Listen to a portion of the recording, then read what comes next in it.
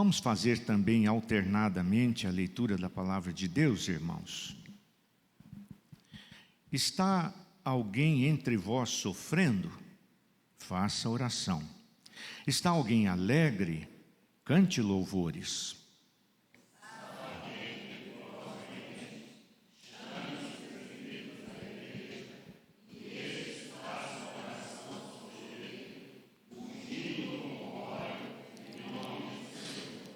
E a oração da fé salvará o enfermo e o Senhor o levantará.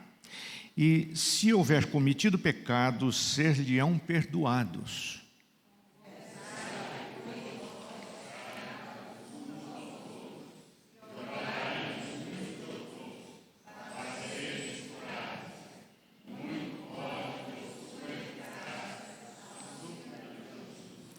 Elias era um homem semelhante a nós, sujeito aos mesmos sentimentos, e orou com instância para que não chovesse sobre a terra. E por 3 anos e 6 meses não choveu.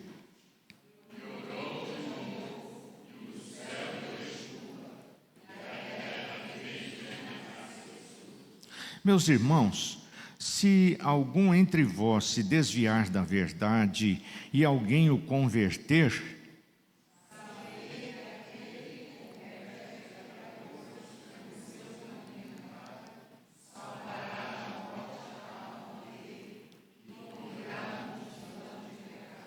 amém. Que Deus nos abençoe pela leitura da sua palavra, irmãos. Irmãos, estava tão bom aqui a abertura da irmã Terezinha, né?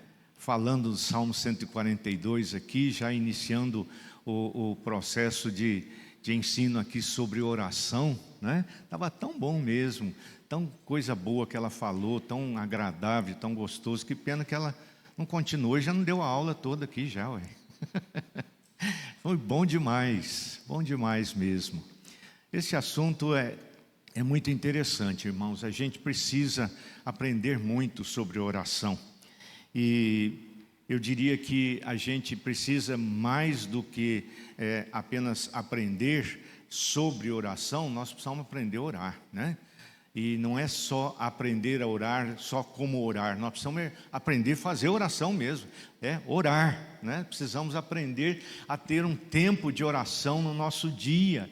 Não é? Precisamos orar, aprender a orar várias vezes por dia, em muitas situações do dia, a aprender a ter tempo constante de oração, em espírito de oração, diante do nosso Deus. É muita coisa que a gente ouve, que a gente lê na palavra de Deus, mas acaba que na prática a gente não conhece muito, não aprendeu muito a fazer. Né?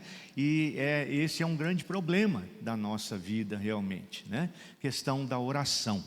Lá em Marcos capítulo 3, quando Jesus escolhe os seus 12 apóstolos entre os seus discípulos, está registrado que ele chamou aqueles homens para estarem com ele e depois para saírem e realizarem o ministério que seria subsequente ao do Senhor Jesus mesmo. É interessante a gente entender isso, irmãos, e é complicado também de entender, né? Que Deus quer que nós estejamos em íntima comunhão com Ele em oração, não é? Ele tem essa vontade de estar com os seus filhos, de ouvir o que os seus filhos falam em oração e que os seus filhos ouçam o que Ele quer falar ao coração deles enquanto eles oram. É interessante isso. Muita gente chama um lugar assim de oração, um tempo reservado de oração, de quarto de escuta. Mas não é que Deus vai escutar a sua voz, é aquilo que você vai escutar de Deus enquanto estiver orando. É até estranho, não é? Para muita gente isso é estranho. Mas Deus fala ao coração quando a gente está orando. Que coisa importante. Vamos orar então, para começarmos efetivamente a nossa aula, irmãos. Nosso Deus e Pai, Tenha misericórdia de nós, Senhor, nesse instante, quando precisamos tanto aprender da Tua palavra a respeito da oração e precisamos aprender a praticar a oração na nossa vida. Ó Deus, sabemos que a oração é um dos meios de graça deixados por Jesus à sua igreja e é algo tão maravilhoso e tão diferenciador na nossa vida, quem ora e quem não ora, quem ora mais, quem ora menos. E notamos, ó Deus, uma grande ação do inimigo na nossa vida e no nosso coração mau, para que nós não oremos, ou para que nós oremos de forma errada, para que a oração não seja de fato alguma coisa importante e valiosa na nossa vida. Precisamos muito de Ti, ó Pai, não só para aprender, mas para viver a oração no nosso dia a dia, nós como filhos do Senhor, filhos de Deus. Abençoa-nos, Senhor Deus, neste momento aqui, e que através da Tua palavra já lida e nos versículos que ainda leremos, o Senhor fale ao nosso coração, nos convença e o Teu Espírito Santo nos impulsione a Te buscar mais em oração, Senhor. Nós Te pedimos isso no nome precioso do Senhor Jesus. Amém, Pai. Amém. Muito bem, irmãos, eu quero valorizar aí aqueles irmãos que estudaram, leram várias vezes, procuraram fazer a leitura semanal, né? Esse texto que a irmã Terezinha leu no Salmo 42 é um dos textos da leitura semanal para a preparação para a nossa aula, né? Quem leu aí a lição percebeu que na introdução da lição diz o reverendo Hernandes aí que ficar amargurado, ficar reclamando, né, ficar desanimado é perda de tempo, né? A gente desperdiça tempo e energia quando a gente tenta viver sem oração, viver sem orar, viver sem oração. O resumo da introdução da revista é isso aí. Tá bom? Então a gente desperdiça tempo e energia quando estamos tentando viver sem orar, né? Viver sem a vida de oração. Primeiro ponto da revista: devemos orar pelos que passam por problemas. E a base disso está no início do nosso texto de hoje, no versículo 13. Está alguém entre vós sofrendo? O que mais? Qual é, depois da pergunta, qual é a solução, qual é a atitude a ser tomada? Faça oração. Está entre vós alguém sofrendo? Faça oração. Tem alguém sofrendo aqui essa manhã? Não? Nem uma dorzinha nas costas? Deixa vocês ficarem uma hora e meia no banco aí que vocês vão ver se não sofrem. Nós temos sofrimentos, não temos, irmãos? De vários tipos, de várias maneiras. E nós não só sofremos, como conhecemos gente que está sofrendo também. Gente que está sofrendo. E a resposta diante desse problema do sofrimento para nós, que a palavra de Deus nos traz, é essa: está alguém sofrendo? Faça oração. Faça oração. Que coisa interessante. Eu tenho tido o hábito agora, irmãos, de agora não, já há um bom tempo, quando alguém apresentar para mim algum problema, alguma necessidade de oração, imediatamente orar, assim que for possível orar, porque senão a gente até fala que vai orar e depois esquece de orar, e não ora, né? Que coisa séria é essa? Então a gente precisa orar, né? E diante de um sofrimento apresentado, faça uma oração imediatamente.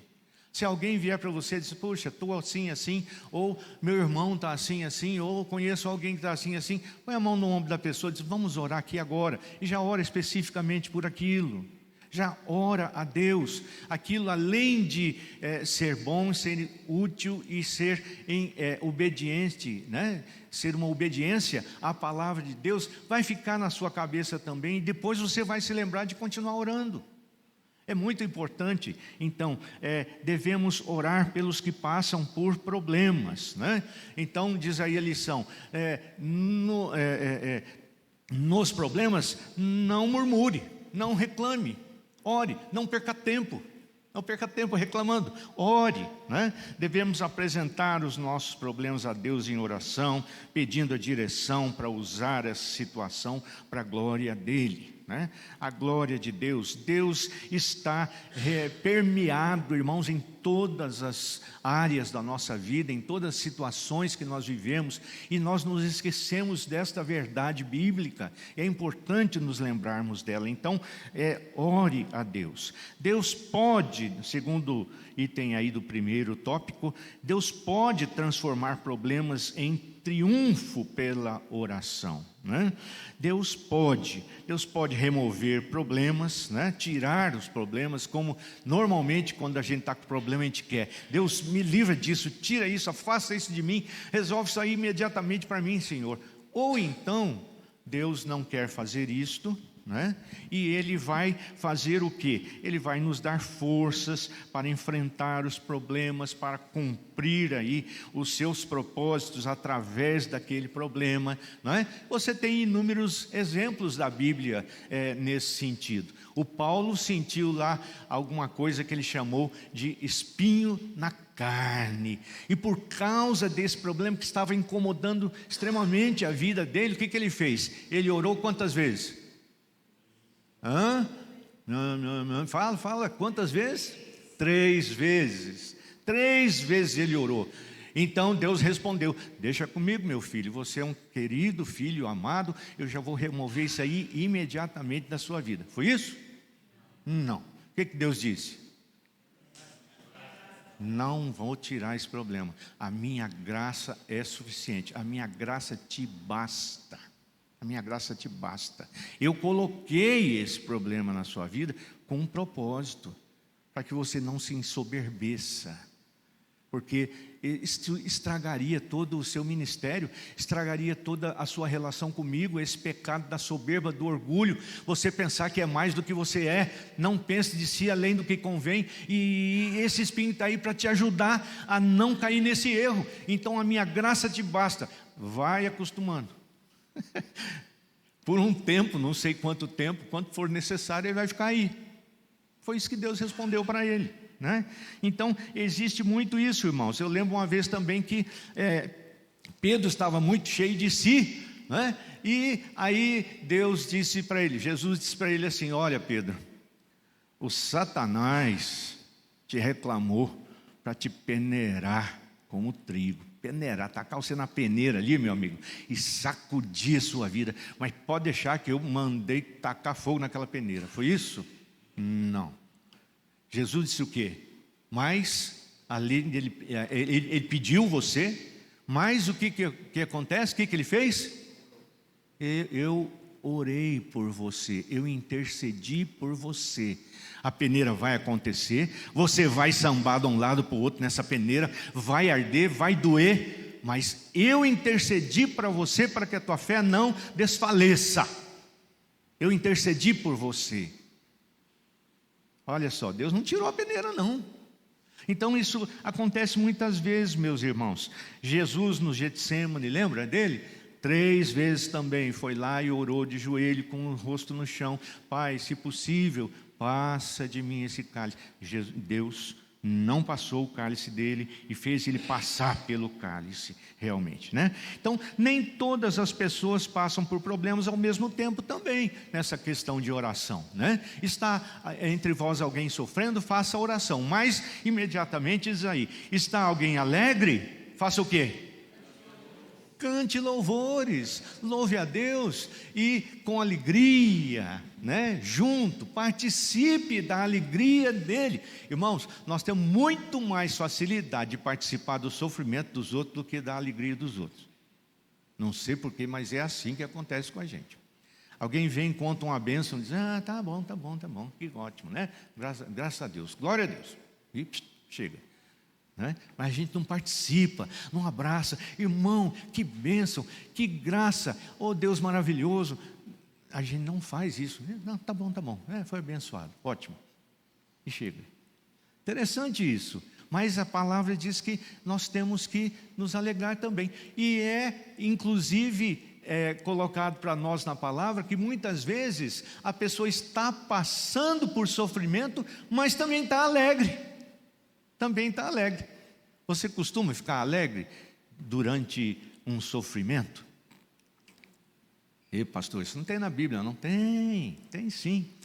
Lá em Atos 16, você lembra o que estava acontecendo em Atos 16 com Paulo e Silas? Onde é que eles estavam em Atos 16 lá? Na prisão, né? E eles estavam bem cômodos, o colchão era bom, né? Eles estavam tranquilos, não é isso? Não, eles estavam com os pés e as mãos amarrados no tronco, e as suas costas estavam em carne viva, levaram muita surra, e talvez por causa da dor eles não podiam nem dormir, irmãos. Às vezes quando está com muita dor a gente consegue dormir não, né? E aí por volta da meia-noite, o que eles estavam fazendo? Estavam cantando louvores. Meu Deus do céu, cantar louvores numa situação dessa, se alegrar com o Senhor, e de mãos e pés amarrados, de costas sangrando, e dizer: Deus, o Senhor é maravilhoso, e dizer: Deus, a tua graça é uma maravilha. Irmãos, é interessante isso. Em algumas situações nós vemos pessoas assim, ao mesmo tempo que estavam sofrendo, também estavam alegres, não com a situação, não porque as costas estavam sangrando, mas com o Deus maravilhoso. Mas Deus permitiu isso aí, você está achando... Olha, eu conheço Deus, eu não sei o que está acontecendo, por que Ele permitiu, onde que isso vai dar, eu não sei, mas eu sei em quem eu creio. Não foi isso que Ele falou no fim? Eu sei em quem eu tenho crido. Então não é que Ele creu só no fim, não. Ele creu durante toda a vida dele ali, de crente, de converso. Então eu sei em quem é que eu creio. Eu não sei o que Ele vai fazer, mas alguma coisa Ele vai fazer. Não sei o que, mas Ele vai fazer. Então as pessoas passam por problemas e às vezes por alegrias ao mesmo tempo, né? Então está aí, vários textos tem na lição. Segundo ponto da lição: devemos orar pelos doentes. Então primeiro pelos que passam problemas, ainda que eles estejam alegres, né? Mas devemos orar também pelos doentes. Versículos 14 a 16. Vamos juntos aí, irmãos? Então coragem, vamos lá? Está alguém entre vós doente?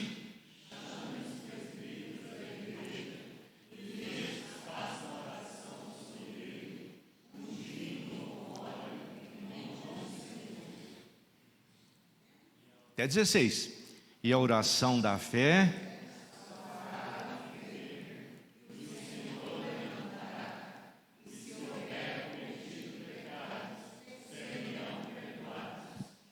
Confessai.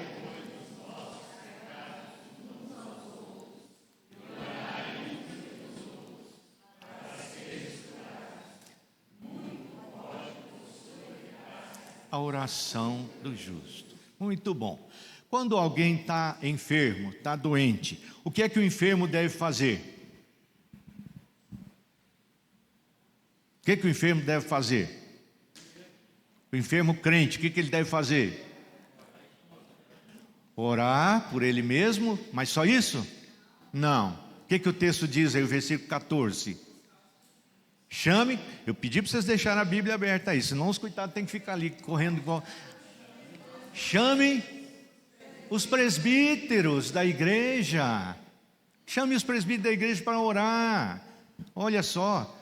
Ou você vai lá e bate na casa do presbítero, pede para ele orar para você, ou você chama ele, se você não estiver de cama, né? Por favor. Olha, pastores são presbíteros, tá? Presbíteros docentes, enquanto que os demais são presbíteros regentes, que tratam da regência, né? Da liderança da igreja, da discussão das dificuldades, dos problemas da igreja, né? Se tiver alguém com um microfone, por favor, tem alguém aí com um microfone para ajudar? Tem um irmão ali que está pedindo a palavra, eu vou levar o microfone para ele já. Não, mas aí na transmissão não sai, irmão. Isso é importante, pastor, porque muitas vezes o irmão, ele tem um problema e ele não leva conhecimento de ninguém. E depois ele mesmo é capaz de chegar dizendo: pô, eu estive doente 1 mês, 2 meses, não sei o quê, ninguém me visitou, ninguém fez isso, nem nada. Ué, pastor tem bola de cristal, presbítero tem bola de cristal. se tiver até pecado, não é aquele negócio de ficar essas coisas assim. Então, é bom que o crente que tem esse problema, que comunique, fala, olha para a gente, tem muitos que pedem que não quer nem que o nome saia na relação do boletim, entendeu? Eu não entendo isso, mas é uma verdade. Verdade, irmãos, exata verdade.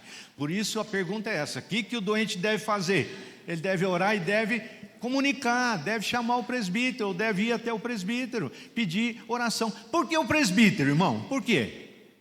Por que presbítero? Oração de presbítero é diferente? Como é que é isso? O que é isso? Não, não é.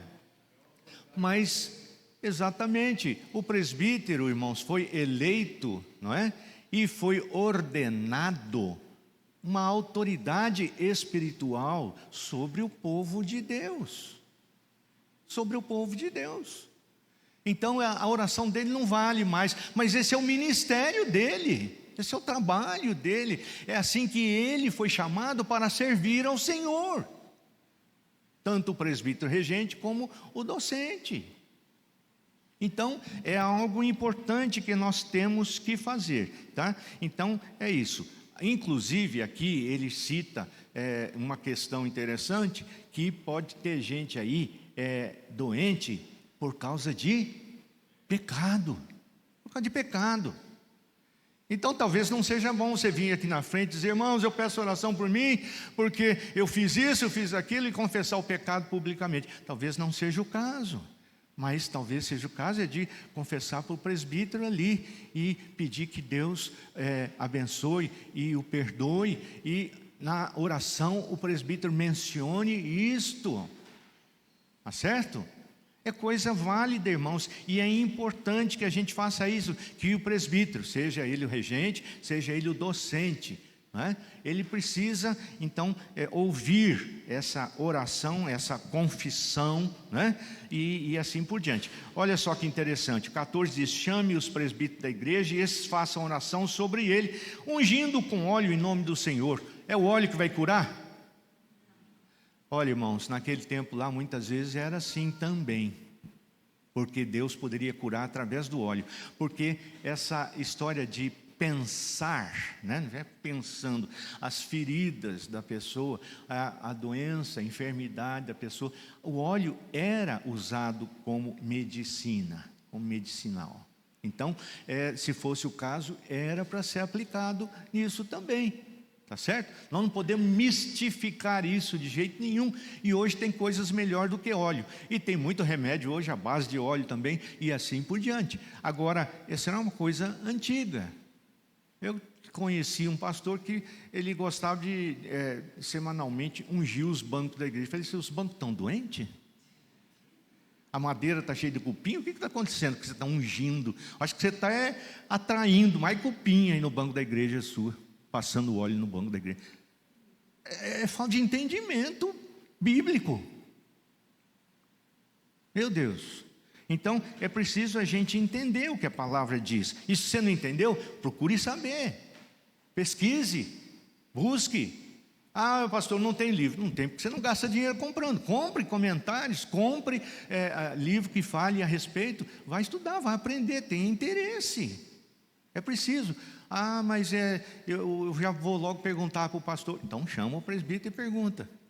Presbítero regente, presbítero docente, pergunta e vai se inteirando, E diz aí, a oração da fé salvará o enfermo, e o Senhor, não a oração, mas o Senhor o levantará. Se houver cometido pecado, ser-lhe-ão perdoados. Quem vai perdoar? O presbítero? Não.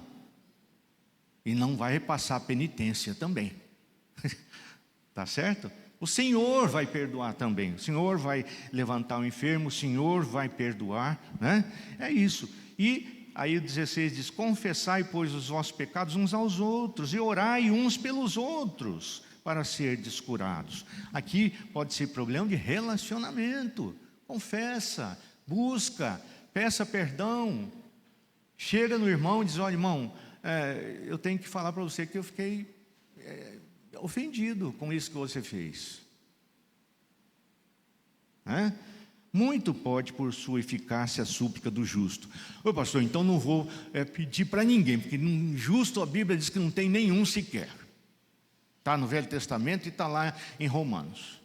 Não há justo, nenhum sequer. Está nos Salmos, está lá em Romanos. Claro que não, irmãos. Mas nós todos somos justos porque fomos o quê? Justificados por aquilo que Jesus Cristo fez na cruz, quando Ele lá pagou pelos nossos erros.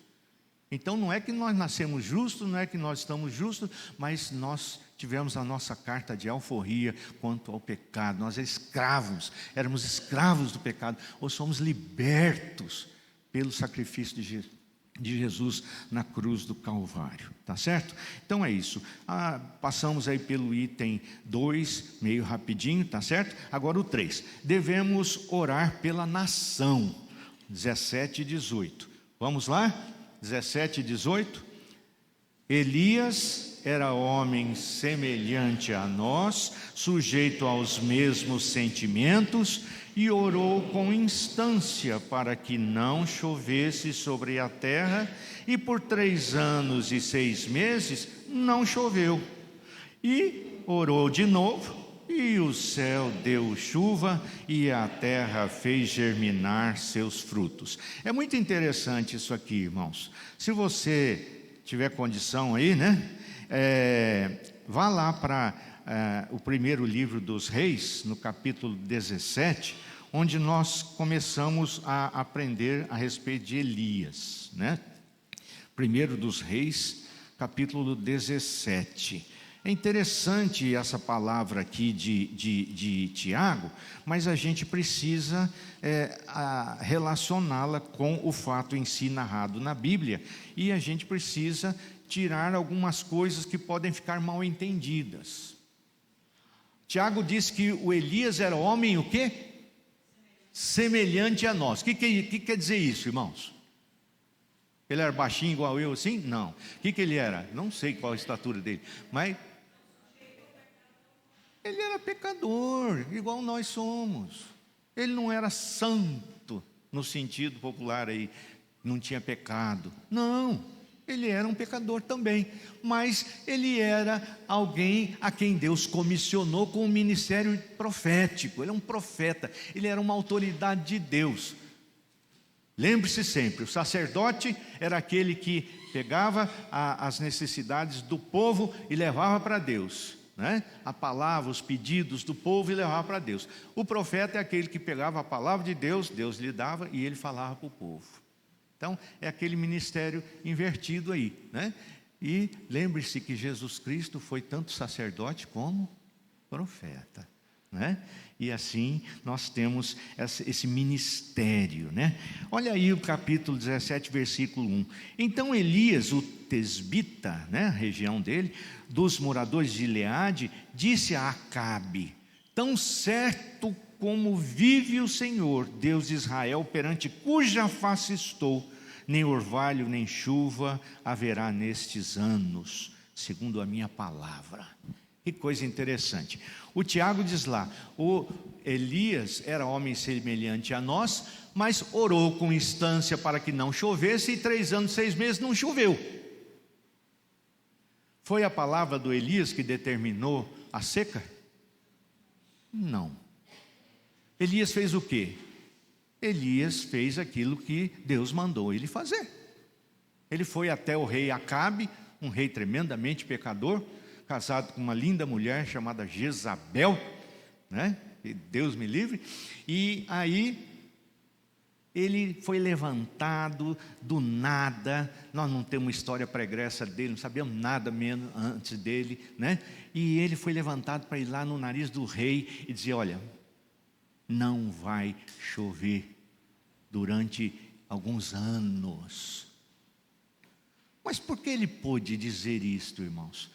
No que embora Elias seja semelhante a nós, ele era um pouquinho diferente de muitos de nós. Está aqui no versículo 1, né? Ele diz assim: tão certo como vive o Senhor Deus de Israel, o que mais? Perante cuja face estou. Aí a coisa pega um pouco.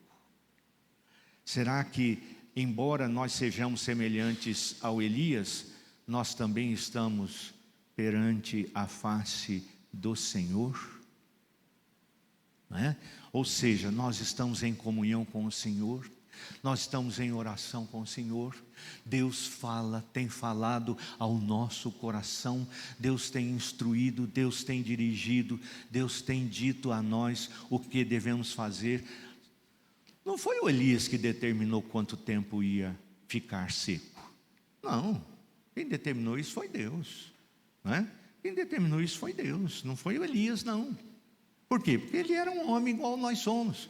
Como disse o irmão ali, o presbítero não tem bola de cristal e o Elias também não tinha, não. Deus é que falava para ele. O Samuel, o Elias,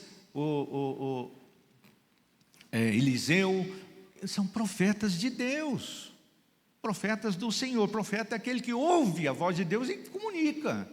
Então precisa primeiro Deus falar, né?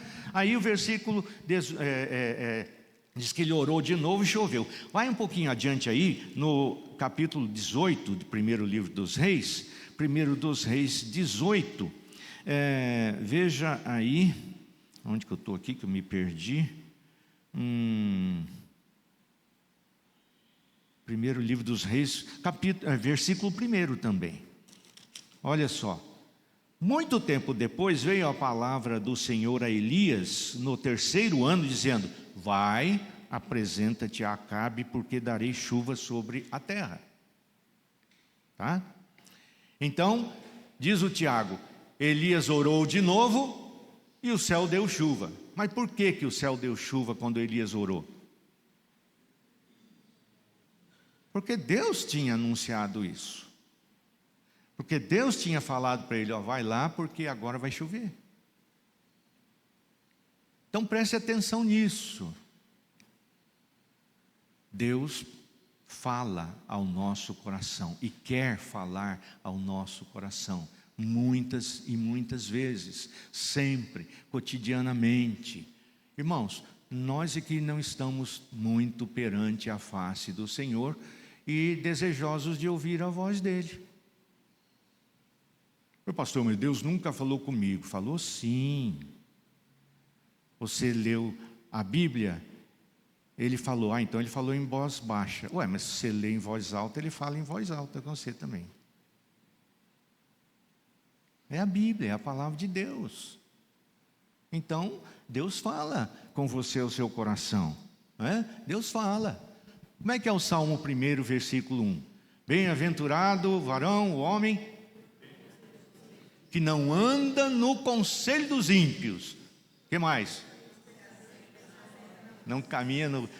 Não se detém no caminho dos pecadores, não se assenta na roda dos escarnecedores. Então o primeiro versículo do Salmo 1 fala o que o homem de Deus, o varão, não faz. E o versículo 2? Antes, ou seja, ao contrário do versículo 1, antes o seu prazer está onde? Na palavra de Deus, na lei do Senhor. E na sua lei faz ele o quê? Pastor, eu não posso ficar lendo a Bíblia o dia inteiro. Nenhum lugar está falando para você fazer isso. Nenhum lugar está falando. Mas você lê tão rápido que não guarda nada, aí como é que você pode meditar no que você leu? Na sua lei medita de dia e de noite. Aí continua o versículo 3, ele será como a árvore plantada junto a ribeiro de águas, não é?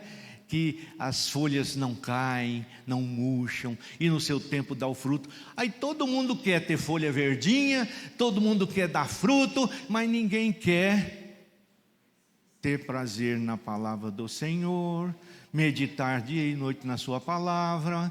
Ainda de repente acaba andando no conselho dos ímpios, acaba, né, até sentando na roda dos escarnecedores. E aí não tem os resultados daquilo que a palavra de Deus diz, que são produzidos pelo Senhor na nossa vida. Não somos nós que produzimos isso, de jeito nenhum. Aí você lê Gálatas, e diz lá, o fruto do Espírito é amor, paciência, bondade e tal. 9 frutos que aparecem ali, né? Aí você busca isso. Não, filho, isso aí quem produz é quem? É fruto de quem? É do Espírito, não é seu não. Você não vai produzir isso nunca. Não adianta tentar. Isso é fruto do Espírito. Então busque o Espírito. Ore a Deus. Encha-se do Espírito através dos meios que Ele deixou expressos para nós na sua palavra. Encha-se do Espírito. A palavra do Espírito está aqui, ó. Você abre o Gênesis 1:1 lá e começa a ler a palavra e tal, e diz assim que a terra era sem forma e vazia, e o Espírito de Deus fazia o quê?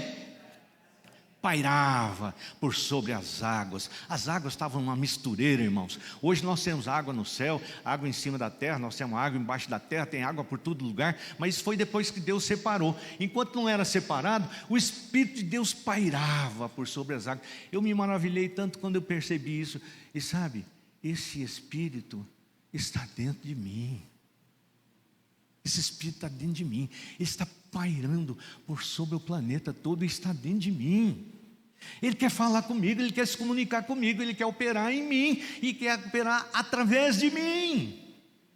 O fruto é dele, eu tenho que ter comunhão com ele, eu tenho que estar junto a ele, tenho que estar buscando a ele sempre. Senão, como é que vai o fruto ser produzido? Não tem jeito, né? Então nós devemos orar pela nação, porque aí o Elias foi um camarada que confrontou o rei, era o principal pecador da nação lá, era aquele rei, né? E é interessante, porque o rei era um líder danado, né?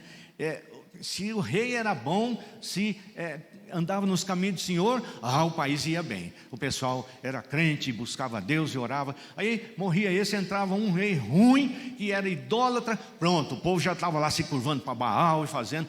Meu Deus, né? Que coisa séria. O Elias foi lá e confrontou o rei, a nação. O rei é representante maior do povo, da nação. Nós devemos orar pela nação? Devemos sim. Isso está explícito na palavra de Deus de várias formas para nós, tá certo? E lembre-se que a ausência de chuvas era apenas uma forma de juízo de Deus, né? E aconteceu em muitas situações na palavra de Deus. Aconteceu, por exemplo, no tempo de Davi, né? Tempo de Davi, está lá no 2 Samuel capítulo 21. Aconteceu um tempo também de 3 anos de seca. Aí o Davi disse: meu Deus, esse negócio não é comum, isso não é normal. Vou buscar o Senhor, quero saber o que está acontecendo, por quê, qual é o motivo disso, qual é o motivo disso, né? Então Deus respondeu: tem pecado no meio do povo aí, porque o Saul pecou contra os gibeonitas. Gibeonitas é aquele povo safado danado que foi lá no Josué e enganou, investiu roupa velha e pão bolorento e tal, e disse: nós viemos de muito longe e tal, e queremos fazer aliança com você. E ele não perguntou nada para Deus, fez aliança com os gibeonitas, e vai ver, os gibeonitas eram dali mesmo, mas ele prometeu, e a promessa dele em liderança que Deus tinha dado, está aí a seriedade para os pastores, para os presbíteros, né? A liderança que Deus deu valeu. Só que o rei Saul esqueceu disso aí e atacou os gibeonitas. E por causa desse pecado, nem no tempo de Saul, depois, no tempo de Davi, aconteceu 3 anos de seca. Olha só que coisa séria. Então Deus costumava punir ali Israel, chamar a atenção de Israel através da seca, tá certo? Então é isso, irmãos. Elias orou com persistência. Essa é outra grande diferença do Elias aqui para nós, né? O Elias não andava de moto não, né? Mas ele persistia. Estou brincando com o outro Elias ali que anda de moto. Mas persistia em oração. O que é persistência? Constância, orar sempre. Ele persistia, eu creio que ele orava, irmãos, aquela oração até que, isso, e orava com persistência. É um negócio interessante. Muitas vezes na palavra de Deus, irmãos, está escrito assim que Deus quer fazer alguma coisa, mas enquanto não tiver oração, Ele não vai fazer. E vai ser assim na nossa vida também, enquanto não tiver oração, né? Um dos versículos muito conhecidos é 2 Crônicas 7,14. Se o meu povo, que se chama pelo meu nome, né? Aí a turma pega esse versículo ultimamente na internet e joga para o Brasil. Irmãos, o Brasil não é de Jesus. Não adianta você declarar e afirmar e escrever e mandar o avião passar com faixa. O Brasil, Senhor, isso é besteira. O Brasil não crê em Jesus. Não crê. Eu estou arriscando dizer até que muita igreja evangélica no Brasil também não crê em Jesus. No Jesus da Bíblia, não. Muito pastor não crê. Eu acho, irmãos, que se continuar do jeito que vai assim, tem igreja com pastor, com presbítero, com todo mundo, que vai tudo para o lado errado, para o lado esquerdo. Né? O lado negro da força. Né? Quando Deus separar as ovelhas para o lado direito e os bodes para o lado esquerdo. Né? É um problema sério. Por quê? Porque fala em Jesus, e canta em Jesus, e recebe dinheiro em nome de Jesus, mas não conhece Jesus como Senhor e Salvador da sua vida. Não conhece. Jesus não manda nele. Jesus não manda nos crentes da igreja dele. Aliás, não vou falar membro, porque essas igrejas normalmente não tem nem membro, né? Nem hall de membros tem.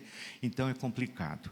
Ou então é isso, meus irmãos. Nós devemos, em último lugar, no quarto item, orar pelos desviados, né? Pessoas que precisam voltar para o caminho da verdade. E está aí, meus irmãos, versículo 19 e 20. Se algum dentre vós se desviar da verdade, olha só, e alguém o converter, sabei que aquele que converter o pecador do seu mau caminho, do seu caminho errado, salvará da morte a alma dele e cobrirá a multidão de pecados. Tá certo?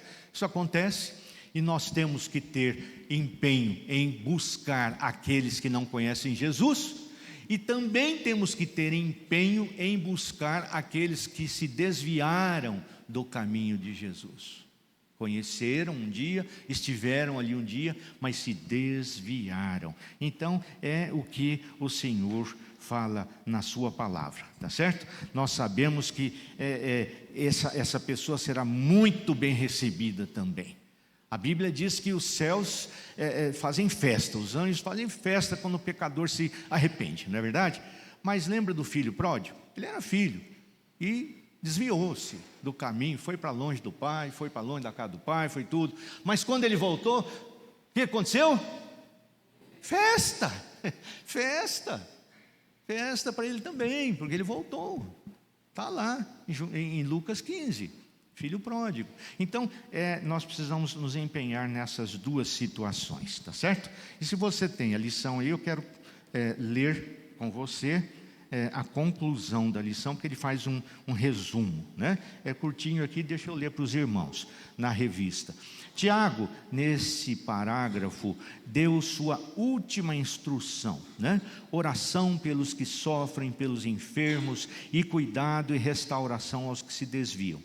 Neste parágrafo, Tiago falou sobre 5 coisas básicas. Se a gente não prestou atenção, o pastor Hernandes prestou e trouxe para nós aqui. Primeiro, o indivíduo em oração, o princípio básico, versículo 13. Segundo, os presbíteros em oração, uma oração respondida, versículos 14 e 15. Terceiro, os amigos em oração, um espírito de reconciliação, versículo 16a.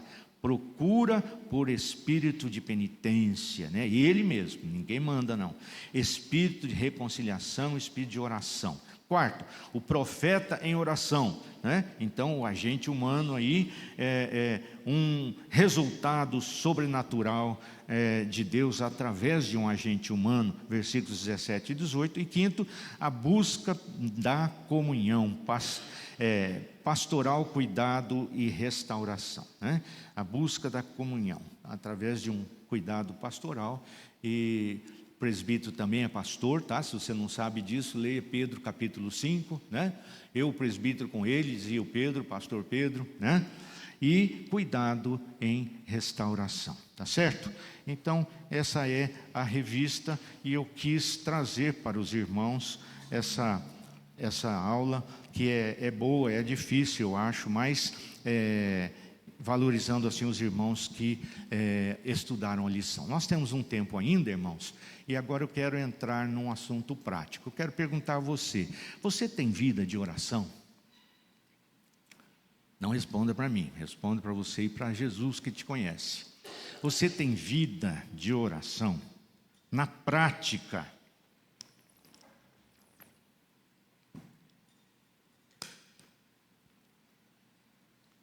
Você ora na prática ou só faz uma oração?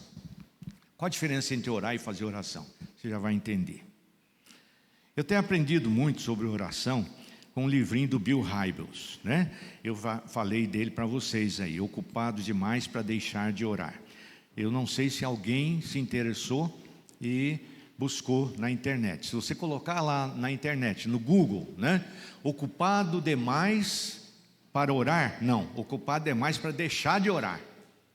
Você vai ter o livro, é um e-book, é de graça, você baixa, é uma belezinha. Eu baixei, já trouxe aqui os irmãos, mostrei, porque eu não gosto de ler na tela, né? Meus olhos não são bons para ler na tela, eu me atrapalho. Então eu imprimi, tenho impressorinha a laser velha lá e imprimi esse livrinho, mandei encadernar com aquelas molinhas e está lá. Eu tenho aprendido bastante. No capítulo 6 desse livrinho, muito prático, ele fala do plano de oração que ele adota, que eu achei muito bíblico. O plano que ele chamou um acróstico de ACAS. Não é o rei Acaz, não, com Z. É Acaz com S. A-C-A-S. ACAS. Vamos falar juntos? ACAS. Mais alto? ACAS. Aprendeu? ACAS. Vamos ver se a gente se lembra. Antes disso, por que um plano de oração, irmão? Por que um plano de oração? Quem é que já fez ou faz ainda academia aqui? O professor nosso saiu agora mesmo. Mas alguém já fez ou faz academia aqui? O Pedro, a irmã. Olha, é interessante isso, né? Você não pode fazer exercício numa academia buscando aí um condicionamento físico sem um plano. Não pode, né? Para não exercitar apenas uns músculos e deixar os outros de lado. Você corre o perigo, né, de esquecer de uns, sobrecarregar os outros, e isso não vai proporcionar para você os efeitos desejados, de jeito nenhum. Para desenvolver o condicionamento da oração é a mesma coisa, irmãos. Nós precisamos ter um plano. Você tem algum plano de oração? Sem um plano, a nossa oração pode cair numa constante, né? Deus, por favor, me ajude. Deus, por favor, me dê isso que eu estou precisando. Deus, por favor, me proteja. Deus, dê um jeito nisso para mim, né? Uma oração totalmente desequilibrada, sem adoração, sem louvor, sem gratidão, sem intercessão. É só Deus isso, Deus aquilo, Deus, né? Olha, é uma oração desequilibrada, uma oração totalmente fora, sem essas coisas todas, né? Sem obediência à palavra de Deus quanto às regras de oração. Regras de oração. Regra de oração, pastor? Eu nunca vi isso na Bíblia. Nunca viu regra de oração na Bíblia? Não. E o que você acha que é a oração do Pai Nosso? É uma reza? Você ficar repetindo sem saber o que você está falando? Pai Nosso, no céu, acabou, em nome de Jesus, amém. É isso? É uma regra, irmãos. Veja como ele começa, o que ele pede, quando é que ele vai pedir por si, pelo que ele pede. Olha, tem uma regra ali. Estude a oração do Pai Nosso, né? A oração do Pai Nosso, e aqui o Bill Hybels apresenta ali, que ele usa mais resumidamente, é muito interessante. O ACAS começa com A, né? E é A de adoração. Adoração, né? Você pode fazer uma oração assim abrupta, né? Na hora H, naquele momento, Deus tem misericórdia aqui, me socorre aqui. O Salmo 42 que nós lemos aqui no início com a irmã, né? Aliás, o Salmo 140, 141, 142, 143 são todos assim. Começa abrupto, já vai logo no assunto e derrama perante Deus a súplica, é o sofrimento. Ele estava lá na caverna, o inimigo por perto, era um inimigo que ele lutava contra ele, mas não queria matar, não podia matar, ele entendia que era ungido do Senhor, ele não ia levantar a mão contra o ungido, e Deus me socorre aqui, porque eu estou aqui preso na caverna, se ele entrar eu estou lascado, porque não tem para onde sair. Então, oração assim. Mas, irmãos, se nós temos um tempo de oração, se nós temos um exercício diário de oração, não pode ser assim. A gente primeiro tem que adorar a Deus. A adoração determina o tom de toda a nossa oração. Nós precisamos nos lembrar a orar perante quem nós estamos. Como é que Jesus começou a oração do Pai Nosso? Como é que é? Pai Nosso, né? Então ele chama Deus de quê? Pai. Pai. Irmãos, o diabo está desconstruindo a autoridade paterna. Sabe para quê? Para acabar com a família? Mas não é só isso não. É para que você não enxergue a autoridade em Deus, ao chamar Deus de Pai. É Pai. Você chama Deus de você? Não devia. Você chama o seu pai de você? Também não devia não. Meus filhos nunca me chamaram de você. E eu nunca disse para ele, não me chame de você. Nunca falei isso para ele, não foi necessário. Deus é Pai. Aí você vai ter toda a característica de um pai de verdade em Deus. Então, a primeira coisa, você adora, porque você tem que se lembrar diante de quem você está, não é? Com quem que você está falando? Você tem que adorar o Senhor, né? Adorar o Senhor. Então você chega lá em Isaías 6, quando o Isaías percebeu que o Senhor estava ali, que ele fez, bumba, caiu por terra e adorou. Quando Pedro viu a pesca maravilhosa, o que ele fez? Bumba, caiu de terra, no chão do barco, não tinha terra, né? Mas era madeira, então bumba, adorou o Senhor. Eu estou diante de Deus, eu preciso adorar a Deus. Senhor, Tu és maravilhoso. Senhor, o Senhor é bondoso, a Tua bondade excede todo o entendimento, as Tuas misericórdias não têm fim. Eu tenho que adorar a Deus, e nada melhor para adorar a Deus do que relatar os atributos de Deus, ou seja, as qualidades de Deus. Fala de Deus sobre o que Ele é. Fala com Deus sobre o que Ele faz, o que Ele fez no passado, o que Ele faz hoje, o que Ele vai fazer no futuro. Fale com Deus em adoração, em prostração diante do Senhor, porque Deus é Deus. Deus é Deus, né? Irmãos, nós não usamos, não é usual para o ser humano prestar adoração a Deus, ainda que teoricamente a gente saiba quem Ele é, né? Muitos acham que é perda de tempo. Não, eu vou logo ao assunto e pronto, né?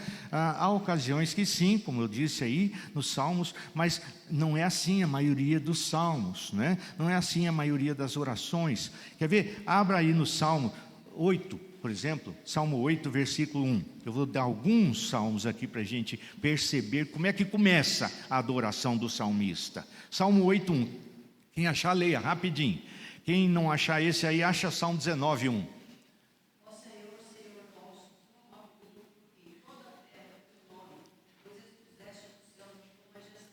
Ó Senhor, Senhor nosso, quão magnífico é o Teu nome em toda a terra, né? Salmo 19, 1. Eu só posso pensar que o salmista estava olhando para o céu. Se era de noite, aquela multidão de estrelas. Se é de dia, aquela imensidão, né? Os céus proclamam a glória de Deus. Oh Deus, como o Senhor é glorioso, as Tuas obras te proclamam as Tuas obras, né? A Tua glória. Salmo 48, 1, e o outro acha para mim Salmo 95, 1.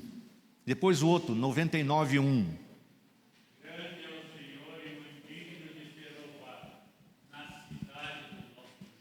Grande. Nosso Deus não é um deusinho qualquer não, irmãos. Não é um Baalzinho da vida aí não. Não um porqueiro igual nós, porque nós muitas vezes, nosso ego é o nosso Deus. Não é. Nosso Deus é grande, grande. Ele formou o universo. Ninguém tem nem noção do tamanho do universo. E foi tudo criação dele. E ele fez uma força, um esforço danado para criar o universo. Foi assim? Não. Ele disse: haja e ouve.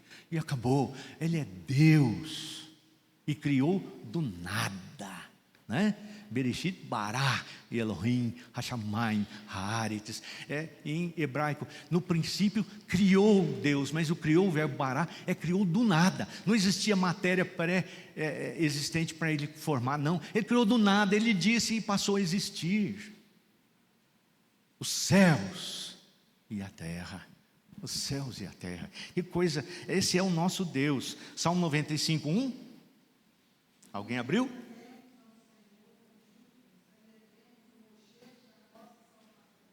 Olha que interessante esse Salmo 95, é uma convocação para o culto. Vinde, vinde. Vinde para quê? Para estar diante desse Deus. Salmo 99, 1.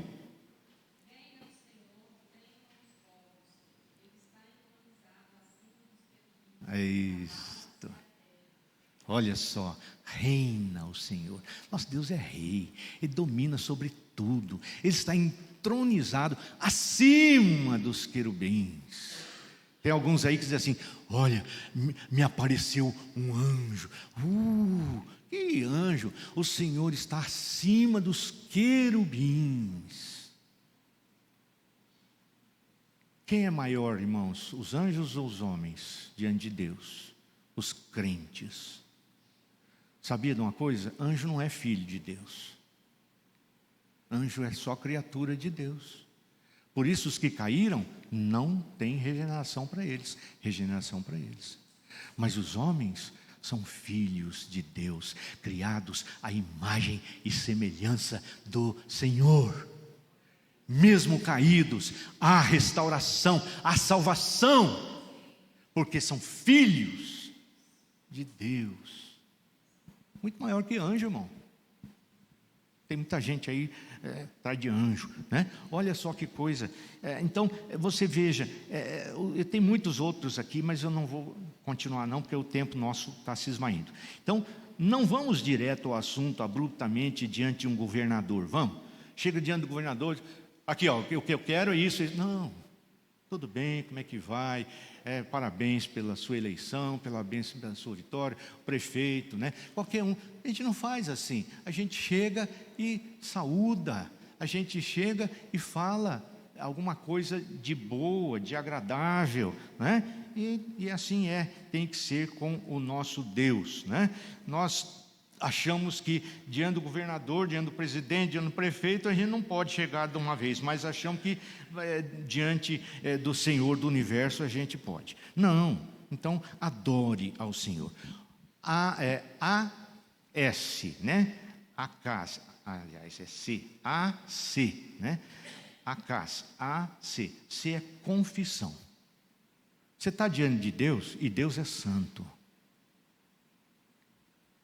Deus te aceita na presença dEle? Aceita porque você é filho, né? Mas precisamos nos lembrar que os nossos pecados fazem separação entre nós e o nosso Deus, né? Isaías 59, 1 e 2 diz assim: o braço do Senhor não está encolhido para que não possa salvar, o seu ouvido não está doente, não está surdo para não poder ouvir, mas as nossas iniquidades fazem separação entre nós e o nosso Deus, para que Ele não nos ouça a oração. Está lá. Isaías 59, versículos 1 e 2. Então, talvez aqui seja uma das áreas mais negligenciadas por nós cristãos, né?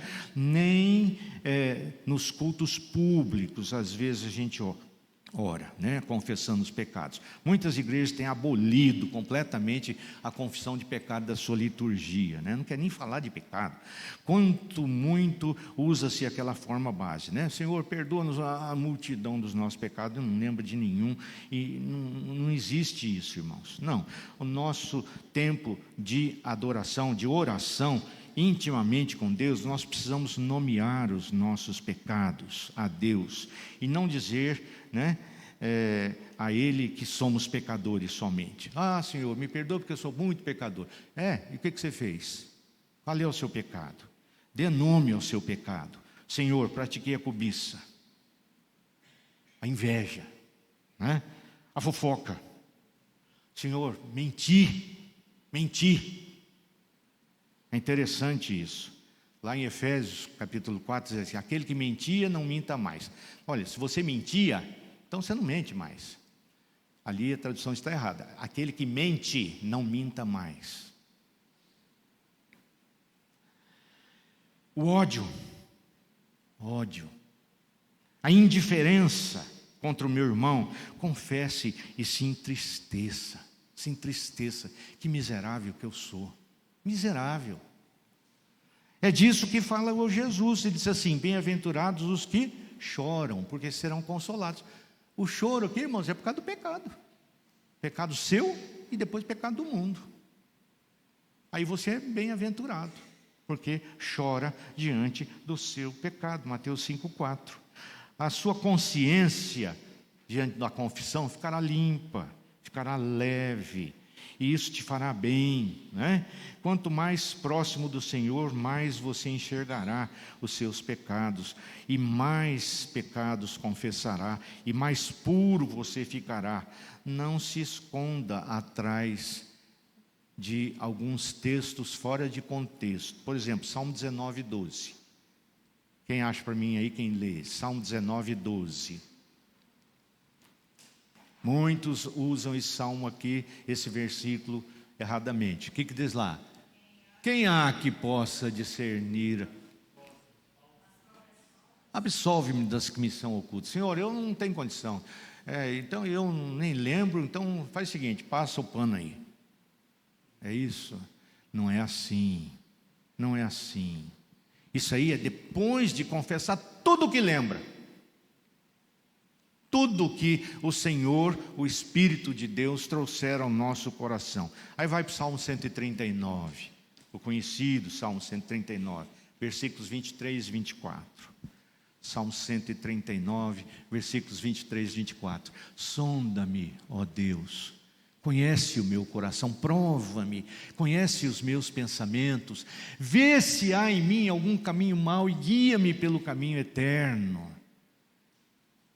Depois que você confessa tudo, Deus, eu sei que não foi tudo, sonda o meu coração, eu quero estar mais próximo do Senhor. Então, A outra vez, acás, né? Acá. O outro A é agradecimento, ação de graças. Você se lembra do Salmo 103? Hein? ACAS. Não, agora é ACA. O último que é S. Então, está lá, agradecimentos, ação de graças, né? Salmo 103, interessante, o versículo 2 diz assim: bendize, ó minha alma, ao Senhor, e o quê? E não te esqueças de nenhum só dos seus benefícios, né? Bendize, ó minha alma, ao Senhor. O versículo 1 é adoração, o segundo é justamente te chamando à gratidão. Bendize e não te esqueça dos seus benefícios para contigo, né? Paulo ensina, em tudo dai graças. Continua, por quê? Porque esta é a vontade de Deus em Cristo Jesus para convosco. Eita nós, aí complica um negócio, porque deixa de ser um conselho. Você reparou? Ele diz assim, em tudo dai graças, porque o quê? Porque é isso que Deus quer. Essa é a vontade de Deus para convosco. É isso que Deus quer de você. Que você dê graça, que você seja grato, que você seja reconhecido e agradeça. Agradeça. Deus sabe que eu estou grato.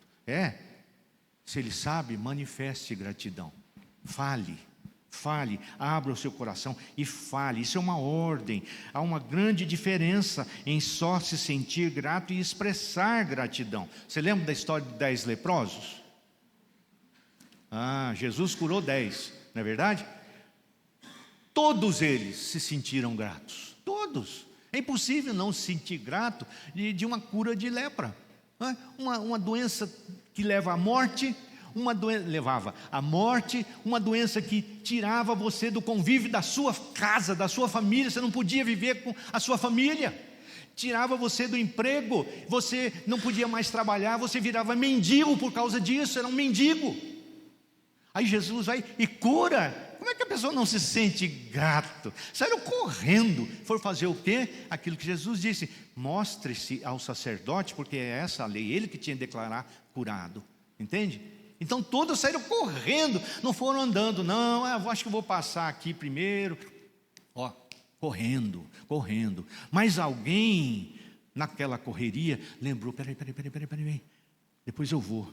Tem uma coisa mais importante para fazer do que mostrar ao sacerdote. E voltou lá e se jogou aos pés de Jesus no chão. E agradeceu. Muita gente se sente grato, irmãos, mas poucos agradecem. A gente se sente grato por muitas coisas, mas por poucas coisas agradecemos, né? Então isso aí é um negócio que a gente precisa trabalhar na nossa mente, no nosso coração, né? Então, um só voltou, né? Você é uma pessoa grata ao Senhor? Certamente que sim. Mas você tem expressado a sua gratidão? Deus sabe que eu sou grato. Claro que Ele sabe todas as coisas. Mas você dá graças ao Senhor por todos os seus benefícios para contigo? É isso que Deus manda a gente fazer. Esta é a vontade de Deus para convosco. Mas nós nem sabemos todos os benefícios do Senhor para conosco. É verdade. Mas os que você pode lembrar, você recordar, você relata. E aqueles que você lembra, recorda, né? Você tem condição de relatar. Você faz isso, agradece. Por isso não devemos demorar muito para agradecer, né? Porque nos esquecemos. Tanto quanto a gente peca e se esquece, depois não lembra para confessar, também a gente vê uma ação bondosa, poderosa de Deus na nossa vida, e se nós não agradecermos, a gente esquece também, e não agradece depois, tá certo? Então, no mínimo, nós temos que confessar e agradecer todos os dias, no mínimo uma vez por dia, né? Motivos de gratidão, quais são os motivos? Oração respondida, bênçãos espirituais, bênçãos relacionais, bênçãos materiais, socorro diante de situações, coisas que às vezes a gente nem pede e Ele nos dá, né? Eu moro lá num chalezinho que o meu pai deixou para mim de herança. Aí, de repente, vieram os meus 2 filhos e moram junto comigo ali, no chalezinho. A Jussara e eu moramos no 15, veio um filho e comprou o 16, outro filho comprou o 22, nós estamos tudo ali. Mas aí todo mundo olha e diz: nossa, mas que bênção. Eu falei: eu nem pedi isso para Deus. Eu nem pedi, e Deus me deu, e como eu sou grato por isso. É verdade que eu tenho que ir lá tratar do gato do Davi, que ele está viajando, né? Mas vale a pena.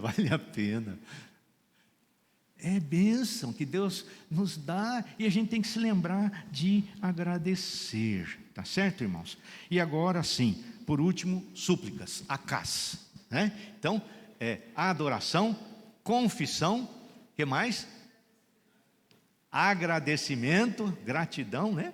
E súplica, por último a súplica. Interessante, olhe lá a oração do Pai Nosso, você vai ver que hora que ele começa a pedir para ele mesmo, né?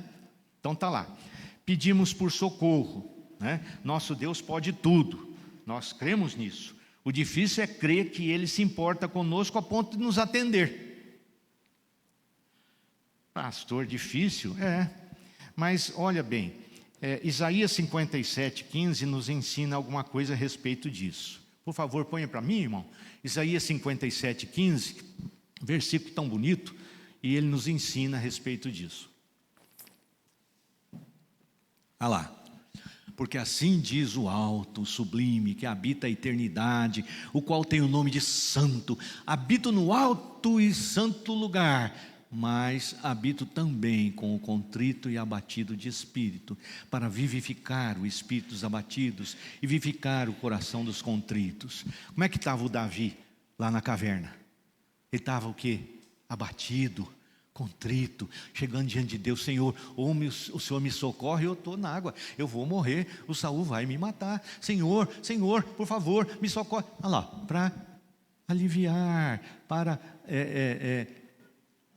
vivificar o espírito dos abatidos, vivificar o coração dos contritos.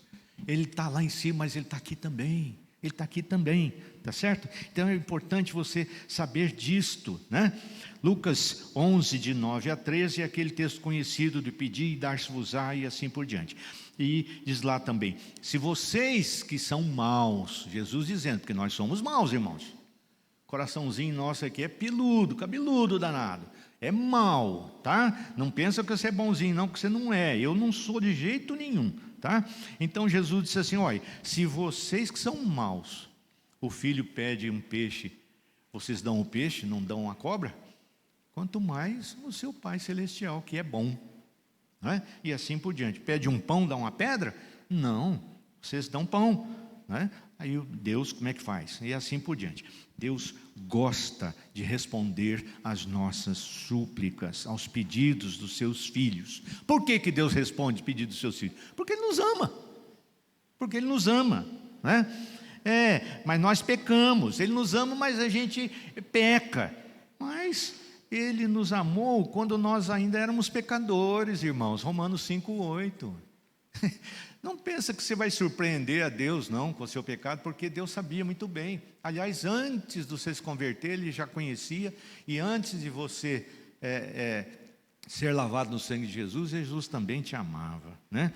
Sim, nós somos como o filho que voltou para a casa, né? E primeiro a gente voltou as costas para o pai, e depois, como o pródigo que se arrependeu, voltou, foi bem recebido, né?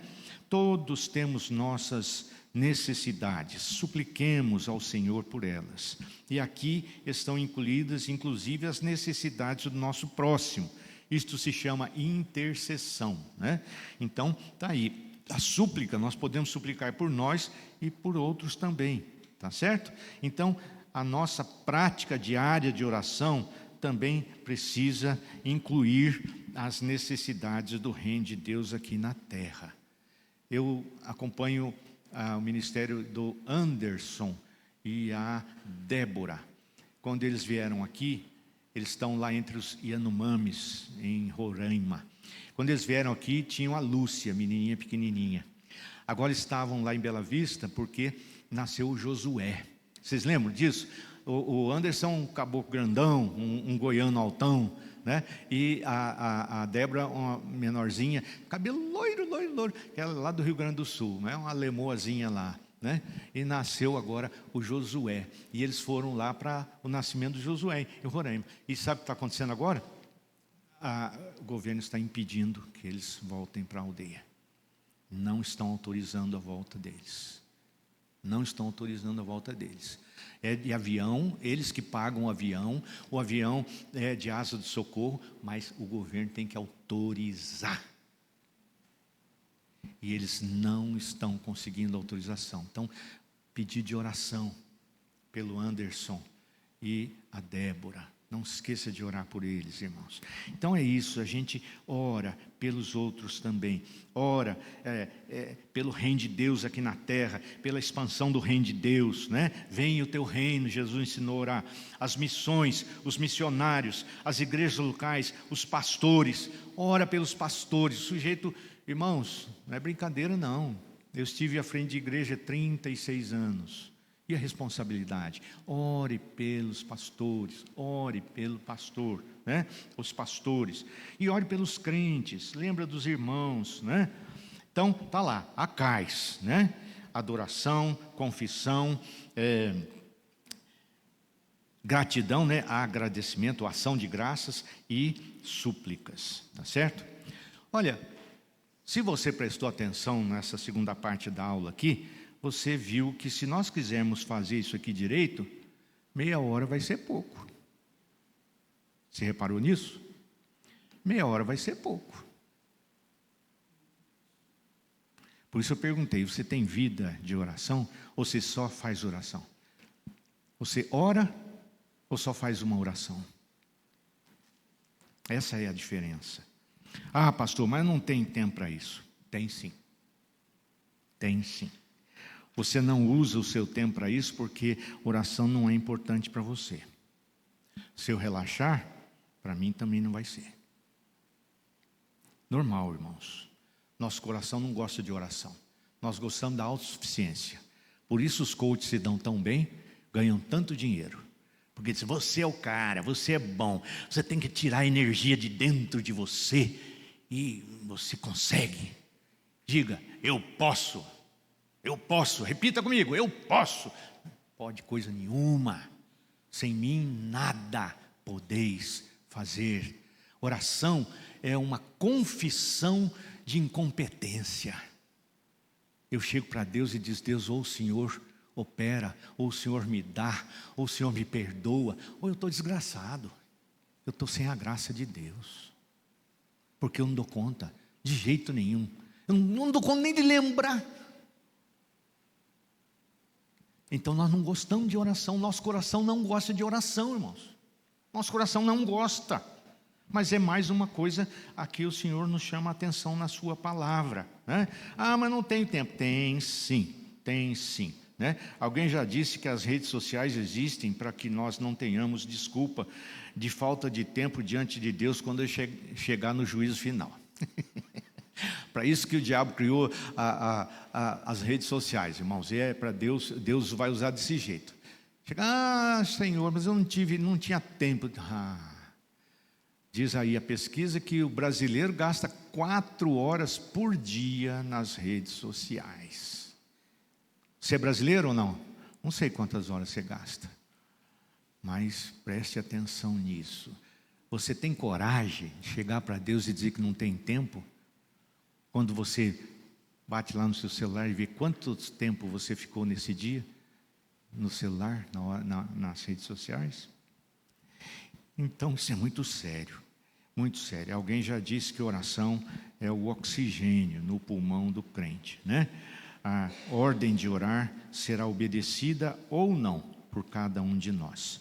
Consequentemente, os benefícios receberemos ou não. Vamos orar, irmãos? Ore por você. Diante do que a palavra de Deus nos ensina, um pouquinho só do que ela nos ensina, nós não falamos aqui sobre a fé, não falamos sobre um monte de coisas da oração, mas meu intuito hoje era nos trazer a realidade de que nós precisamos orar.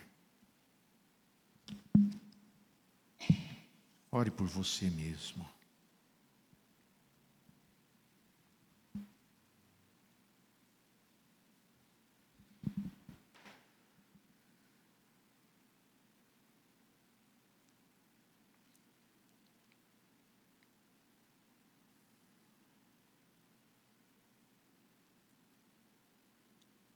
Ó Deus gracioso, maravilhoso, diante da Tua palavra, Senhor, que julga o nosso coração, Tua palavra, ó Deus, que expõe as nossas falhas, nós queremos nos confessar, ó Deus.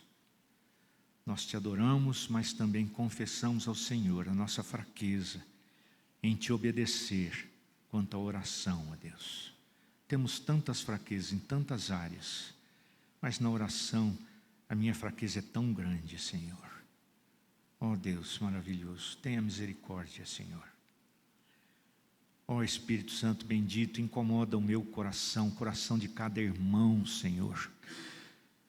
Nos lembrando, nos convidando, nos chamando, nos advertindo quanto à oração, ó Pai. Ó Deus, se o Senhor anseia por estar conosco, por termos comunhão íntima contigo, ó Pai. Ajuda-nos, Senhor, a não desvalorizarmos esse desejo do Teu coração. Ó Senhor, tenha misericórdia de mim, de nós todos aqui, Senhor. Nos abençoa, ó Pai, Ajuda-nos a termos vida de oração, ó Pai. Ajuda-nos, Senhor, através da oração a termos intimidade contigo, Senhor. Nos ajuda a ouvir a Tua voz com mais facilidade, ó Deus. A Tua orientação a cada passo, Senhor, em cada área da nossa vida, na área da saúde, na área do trabalho, na área financeira, na área dos relacionamentos, na área da educação dos filhos, do tratamento com a esposa, com o marido. Oh Deus, ajuda-nos, Senhor, a ouvir a Tua voz quando lemos a Tua palavra e quando oramos ao Senhor e o Teu Espírito nos faz lembrar de tudo que o Senhor nos ensina na Tua palavra. Oh Deus bendito, obrigado pela Tua palavra nesta manhã. Obrigado por cada irmão precioso aqui presente. Obrigado por esta igreja, Senhor, a qual amamos. Nós te pedimos e te agradecemos, te louvamos, te bendizemos no nome precioso de Jesus. Amém, Pai.